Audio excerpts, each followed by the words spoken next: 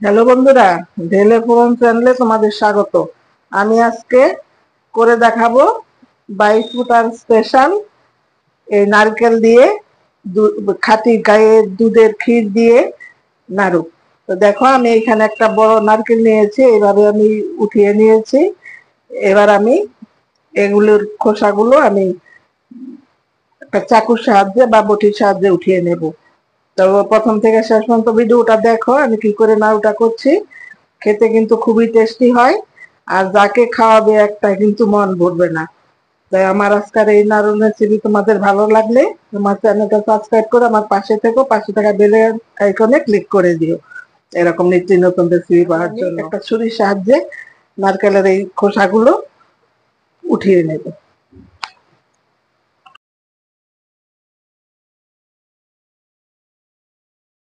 আমি আবার দেখাচ্ছি।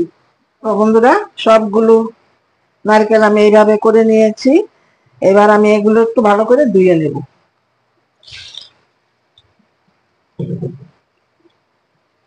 দেখো, এটা পরিষ্কার করে ধুয়ে নিয়েছি। এবার আমি একটা ব্লেন্ডারে দিয়ে একটু ব্লেন্ড করে নেব। এই দেখো, এরকম হয়েছে। আমি এর মধ্যে একটুখানি জল দেবো, বেশি দেবো না, সামান্য জল দেবো, দিয়ে আবার একটু পেস্ট করে নেব। এবার আমি এর মধ্যে দিয়ে দেব 250 পরিমাণ চিনি, দিয়ে আমি এটা আবার একটু ব্লেন্ড করে নেব। তোমরা ইচ্ছা করলে এইভাবেও দিতে পারো। আমি একটু ঘুরিয়ে নেব, এই পেস্টটা ঢেলে দেব। এবার আমি উনানের জালটা ধরিয়ে দেব।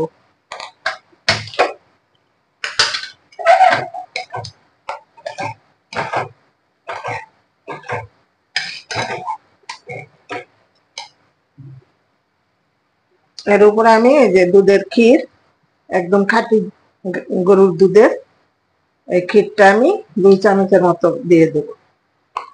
বন্ধুরা, এই ক্ষীর দিয়ে এই নাড়ুটা মানে এতটাই টেস্টি হয়, মানে একবার যদি খাও একটাই কিন্তু মন ভরবে না, আর যাকে খাওয়াবে সেই তোমার কাছে তোমার প্রশংসা করবে। এইভাবে আমি মিডিয়াম আছে জাল দিতে থাকবো। এই পর্যায়ে আমি 3টা এলাচ থেতো করে নিয়েছি। এবার এলাচের গুঁড়ো দিয়ে দেবো, কারণ এলাচের গুঁড়োটা দিলে নাড়ুর সেন্টটাই অনেক বেড়ে যায় এবং খেতেও টেস্টি হয়।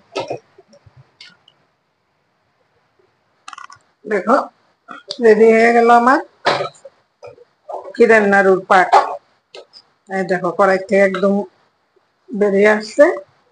এবার আমি নামিয়ে নেব।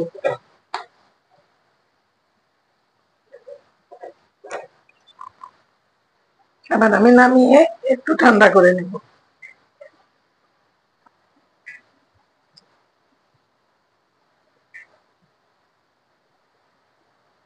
এরকম করে বানিয়ে নেব। আরেকটা দেখাচ্ছি।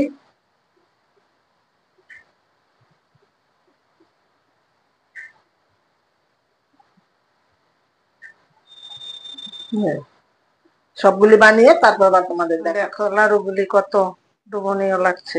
এবার আমি একটা সাজের মধ্যে দিয়ে করব।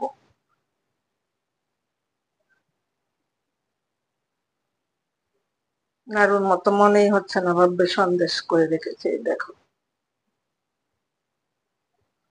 বাকিটি বানিয়ে তারপর দেখো কতটা লোভনীয় হয়েছে লাড়ুগুলি। তো তোমরা সবাই ভালো থাকবে, সুস্থ থাকবে। কথা হবে আবার অন্য কোনো রেসিপিতে। ধন্যবাদ।